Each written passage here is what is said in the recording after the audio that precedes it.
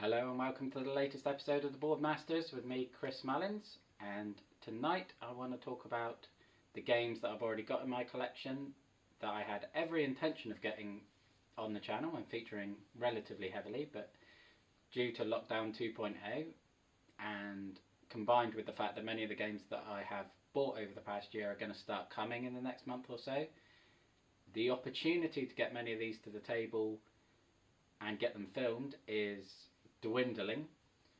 I still intend to get most, if not all of them, to the table at some point, but it may not be possible going forward in the time that we've got. But if there are any of the games that we see tonight that you really want to see on the channel, just let me know, comment below, and I'll do everything I can to get that played. My special guest tonight is one of our little kiddies. We've got Farah here. She's not a big fan of board games, but she does like the boxes. But with that, let's dive into the first one. And I'm going to start with probably the least likely to feature on the channel and work our way through to the most likely. I'd say the least likely, certainly in the short to medium term, is going to be Dinosaur Island. Now this is a game I bought over the summer when I got into the hobby. Basically is Jurassic Park the board game, and as a huge Jurassic Park dinosaur fan, as soon as I heard about it I had to buy it. It's probably the game that's put me off ever buying retail going forward, purely because, well, as I said, it's Jurassic Park the board game.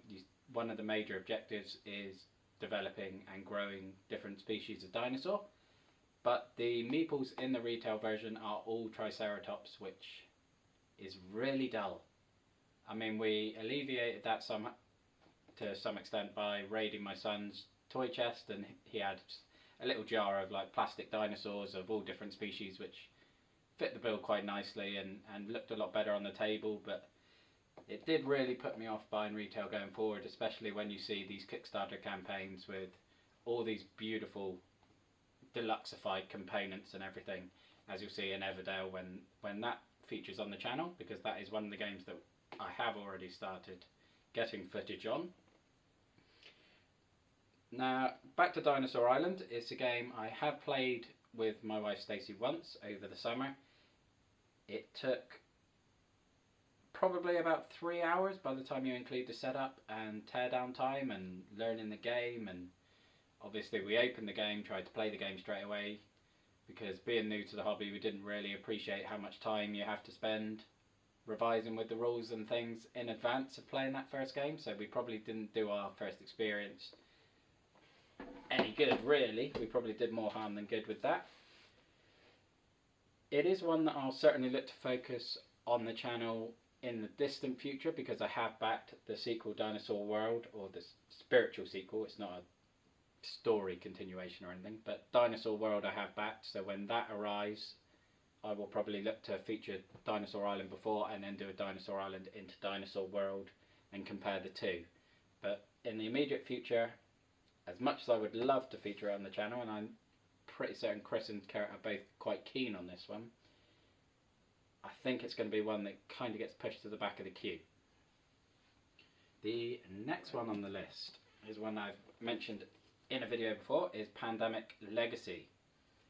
As you can see, it's still in the shrink wrap, and that primarily is because, again, it's one I bought in the summer, same time as Dinosaur Island. As a complete noob to the hobby, I saw second highest rated game on Board Game Geek. Reasonable price, let's jump in, grab it. Pandemic is relevant this year especially. I had no idea what a legacy game was, and it was only when it arrived that I discovered that basically throughout the play you're going to be destroying cards and whatnot, and so you can only really play it through once, which means it's something that's going to take a lot of commitment to actually open and start, and I want to make sure that when we do start it, the group that we have is committed to seeing it through to the end, and then we're not going to get 2 or 3 playthroughs in, or 2 or 3 scenarios in out of potentially 12 to 24, and then people are going to drop out and I'll have to then try and introduce people into a part-way through campaign.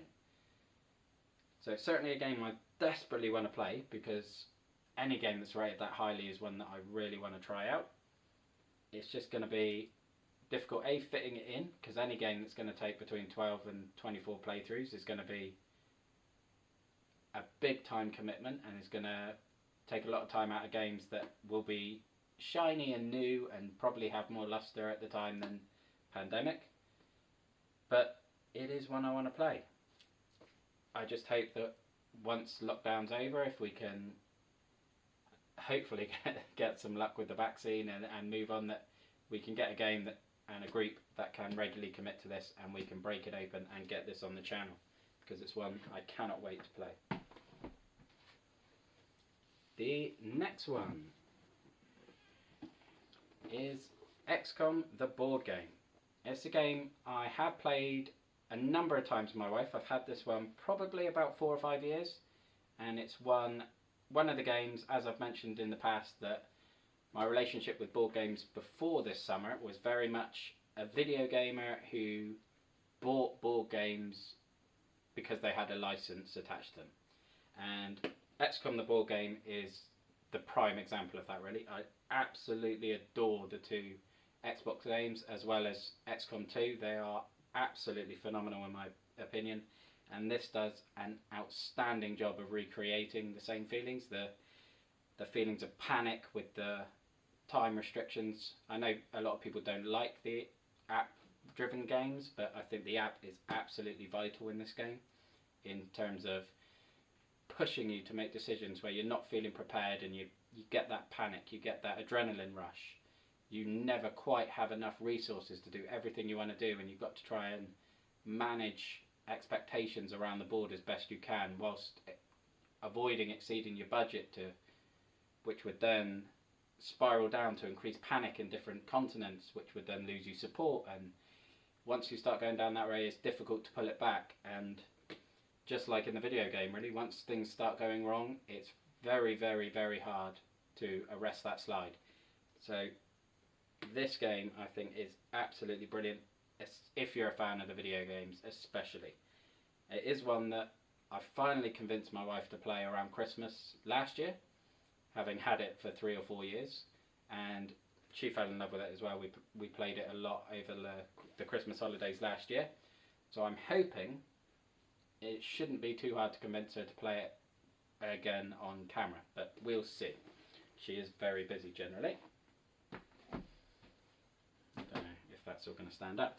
The next one, again, is one of my new games from this summer. It is Hogs of War, the card game.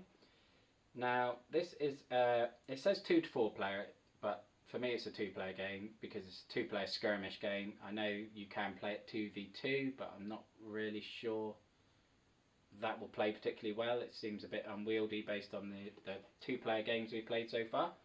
I mean, I'd be willing to try it if people want to see it, but I tend to think of this as a 2-player game, a 2-player skirmish, which is a genre that generally I have no interest in at all. I just, again, was a nostalgia-fueled purchase because I love the license.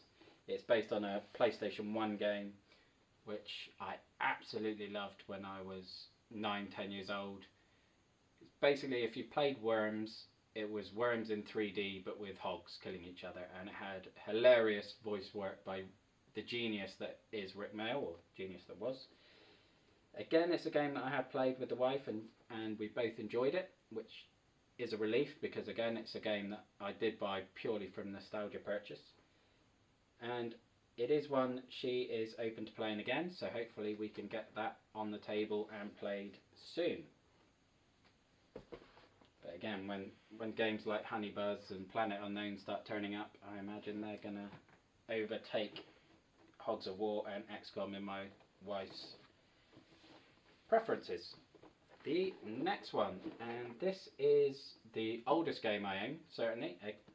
Again, it was one I sucked in on the license because I'm a massive Marvel fan, and I absolutely love this game as well. It's a nightmare to set up and put away, particularly with the expansions I bought, and the Guardians of the Galaxy I think is a bit unwieldy. It's not really a scenario I've enjoyed playing solo, but again, it's not one that I'm looking to play solo on the channel. It's one that I want to play 2 or 3 player ideally, and I know Chris and Kurt were very keen to try this one after we've done Everdell, so hopefully we'll be able to get this one on the channel soon. It's a deck building game where you start off with a number of shield agents which aren't particularly strong, and you have to use your deck, build your deck to recruit new heroes to get more powers and deal more damage to basically foil the mastermind's dastardly plot to take over the city. And again, at solo it's fairly easy because you've got plenty of time to build your deck, but the higher the player count is, the harder it gets.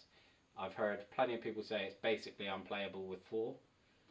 So I'm hoping that 3 will be the sweet spot and we can have a good few playthroughs of that, because I've got plenty of content and a number of expansions that we can work our way through. That's probably something we'll look to do after Kurt and I have finished our Lord of the Rings campaign.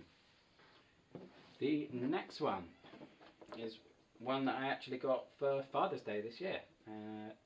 Because it's one that, again, similar to Takenoko and the next game on the list, is one that we regularly saw on best gateway lists, best family lists, and that is Santorini. And it is an absolutely beautiful game. I love the components in this. It's basically a 3D version of Noughts and Crosses. So it's a game that I really enjoy, but I'm not particularly good at. I love heavy strategic decision making games, but for some reason games like Santorini, games like Noughts and Crosses, games like chess, I've never been any good at the strategy on those games. I certainly enjoy it and I like playing it. I need to try out some of the god powers, but I'm just rubbish.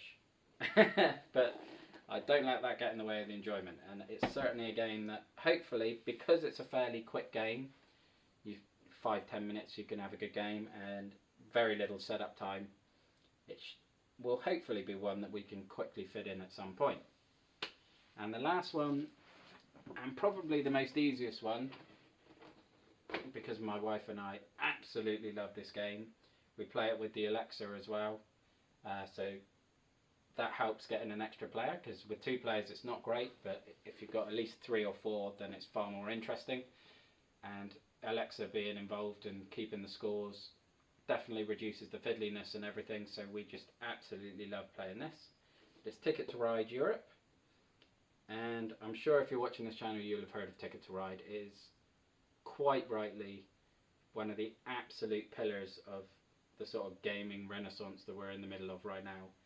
It is a phenomenal game. It's just hugely enjoyable, hugely fun. I love the puzzle that it presents, that sort of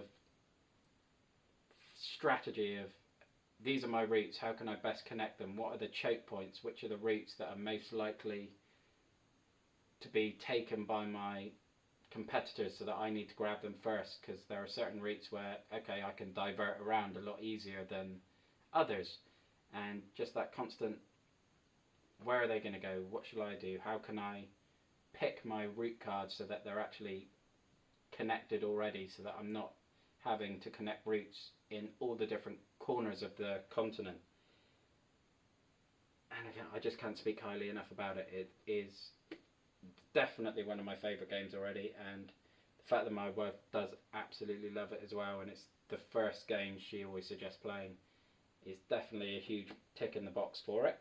But I am aware that because it is such a popular and such a well-known game, it may not be one that people want to see on the channel, because obviously they have probably seen or played it themselves, but we'll cross that bridge when we come to it. Hopefully it is one you'll enjoy watching as much as we enjoy playing it, and I think it will be a good opportunity to provide a sort of review and a glimpse of the game being played with technology, with Alexa, because with the advent of those sorts of gadgets, they are starting to get more games aligned with them to reduce the fiddliness, which is, I think, one of the biggest hurdles to getting into the hobby personally, because a lot of these are games that I bought with the intention of playing solo, but just because of the fiddliness, the setup time, the teardown time, it's just so much easier to stick a video game on. And so many of these, particularly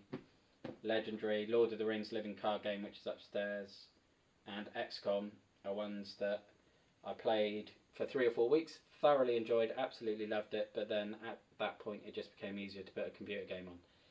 And they started to collect dust. And I really don't want to see that happen again. So having the Alexa to help us with this and not worrying about the scoring and having to remember how many points a different train length costs, etc., etc., is a big tick in the box for that game. And as a result of that, it's going to be the easiest to get played, certainly, I think, because I know my wife will always be happy to play Ticket to Ride. That is basically the extent of my collection so far. So other than the games that you've seen on the channel up to now, so Takenoko, Everdale, Super Club and Lord of the Rings. So I think that probably does illustrate just how new to the hobby I am. And I'm really fingers crossed hoping that over the next month I'll get my copies of Honey Buzz, which just looks absolutely gorgeous. I don't know too much about the gameplay of that one. I'm completely sold on how beautiful the game is, because I missed the Kickstarter on that and I just managed to pre-order it on the website. I know the Kickstarter orders are starting to come out, so I'm hoping that mine will turn up in the next month. I know I've got the original Pirates of Penryn coming in December, which looks a whole lot of fun, and I know a lot of people who obviously living in Penryn, it's a game that locals have tried and thoroughly enjoyed, so I'm looking forward to playing that. And I've got Villagers coming very soon as I back that as part of the Streets campaign, and that looks a really clever, beautiful, simple game. Well, not simple, but compared to the big miniature based campaign games that I tend to be attracted by, it is simple in that regard. But again, that's another one I'm looking forward to getting on the channel. And fingers crossed, talking about miniature campaign games, I'm hoping to get Etherfields or Etherfields at some point soon. I missed the Kickstarter on that one, and only became aware of it when Quackalape uploaded their unboxing. I'll link to that down below, but watch it at your own risk, because I got about 6 minutes into that video and had to instantly Google the game to see how I could possibly buy it. At that point I didn't know the Pledge Manager was going to reopen. At the point of recording this, so mid-November, the Pledge Manager has reopened again, so they haven't put an end date on that, so by the time this goes live that may still be open. So you may want to check that out, because I think it is an absolute thing of beauty, and I know a lot of people are starting to receive their orders, and the people who have played it seem to absolutely love the game, and I just want to get my hands on it. But because I didn't get it directly through the campaign, I bought a pledge through a third-party game site. I don't know basically whether it's Wave 1 or Wave 2 shipping, so I could be getting it in the next month, or I might not be getting it until Q3, Q4 next year. I've reached out to the game company to try and get some feedback on that, because I assumed it would just be Wave 1 and it would be arriving soon, but I haven't heard anything, so fingers crossed on that one. But that's everything for this video. Again, if there are any games there that you really want to see played, just comment down below or drop me a message and I'll do my best to get those played, because I want to get all of these on the channel at some point. I'm just conscious that because we've lost a month to this lockdown, we're getting close to when the other games are going to start arriving, and we may have lost time to feature a number of these, because I would have hoped to have ticked them off by now. Again, if you enjoyed this and you want to see more of these and any of the other games I've mentioned, then please like and subscribe down below, and thank you very much for spending the time with me. I hope you have a good one. Bye bye now.